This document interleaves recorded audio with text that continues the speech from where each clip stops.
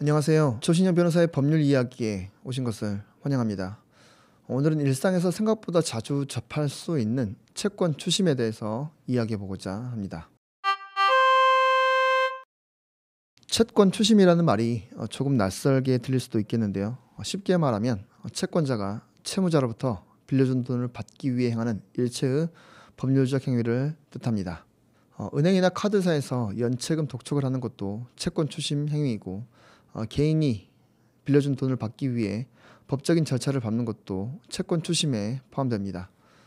만약 법적 절차를 통해 채권자가 집행 권한을 받게 되면 민사집행 신청을 통해 채권을 추심할 수 있습니다. 우리나라에서는 채권자의 채권 추심 행위를 규율하는 법이 있습니다. 바로 채권의 공정한 추심에 관한 법률, 흔히 채권 추심법이라고 부르는 법입니다. 이 법은 채권자가 정당하게 돈을 돌려받을 수 있도록 하되, 채권자가 불법적인 방법으로 채권 추심을 하는 것을 방지하는 법입니다. 채무자의 가족, 친척 등 제3자에게 빚을 대신 갚으라고 요구하거나 제3자에게 채무자의 채무 존재 사실을 알리는 것, 그리고 야간에 반복해서 전화하는 것 등 역시 채권 추심을 위반하는 행위에 해당합니다. 다른 건 몰라도 돈을 요구하는 것이 왜 법률 위반 사항인지 의아해하실 수도 있겠습니다. 채권 추심법 제9조에서는 오후 9시부터 다음날 오전 8시까지 정당한 이유 없이 야간에 채무자를 방문하는 것을 규제하고 있습니다. 이는 채무자로 하여금 공포심이나 불안감을 유발하여 사생활 또는 업무의 평온을 심하게 해치는 행위가 될 수 있기 때문에 규제하는 것입니다.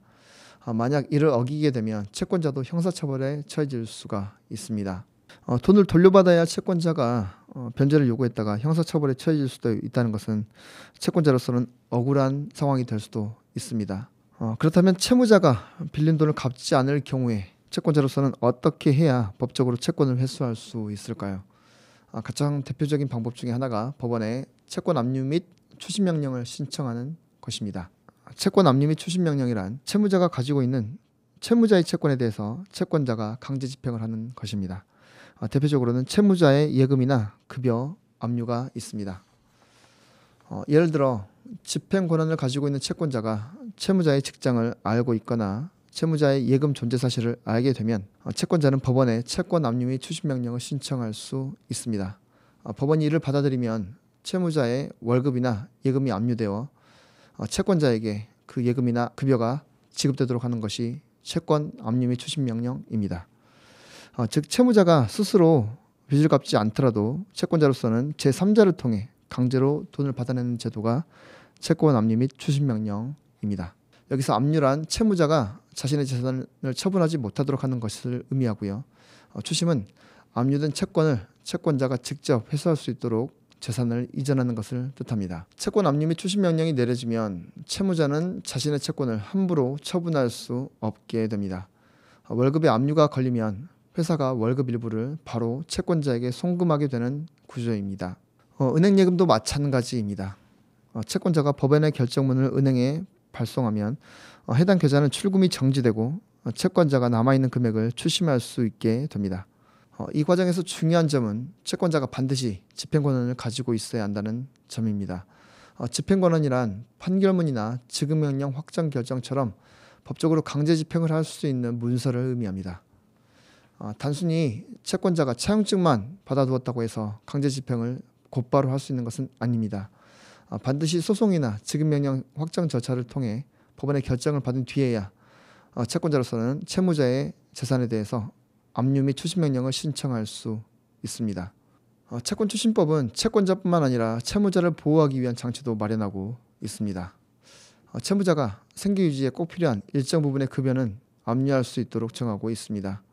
이를 압류금지 채권이라고 합니다. 채무자가 생활을 유지하는 데 필요한 최소한의 재산은 보장하겠다는 취지입니다. 현재 법에서 보장하고 있는 압류금지 채권은 예금의 경우에 185만 원으로서 만약 월 급여가 185만 원 이하인 경우에는 급여를 압류할 수 없게 됩니다. 급여가 185만 원을 초과할 경우에는 이를 제외한 나머지 금액을 압류할 수 있게 됩니다. 이처럼 채권 추심은 채권자의 권리를 보장하면서도 채무자가 최소한의 생활을 할 수 있도록 보호하고 있습니다. 채권자가 정당하게 권리를 행사하면서도 그 과정이 남용되지 않도록 규제하고 있는 것이라고 보면 되겠습니다. 오늘은 채권 추심과 채권 압류 및 추심 명령에 대해서 알아보았습니다.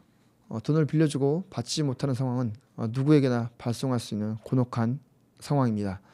하지만 법이 정한 절차를 잘 활용하면 채권자의 정당한 권리를 보호받을 수 있을 것입니다. 동시에 채무자로서는 채권자의 불법적인 추심 행위로부터도 보호를 받을 수 있다는 점도 기억하셨으면 좋겠습니다. 이상 법률사무소 약속의 조신현 변호사였습니다.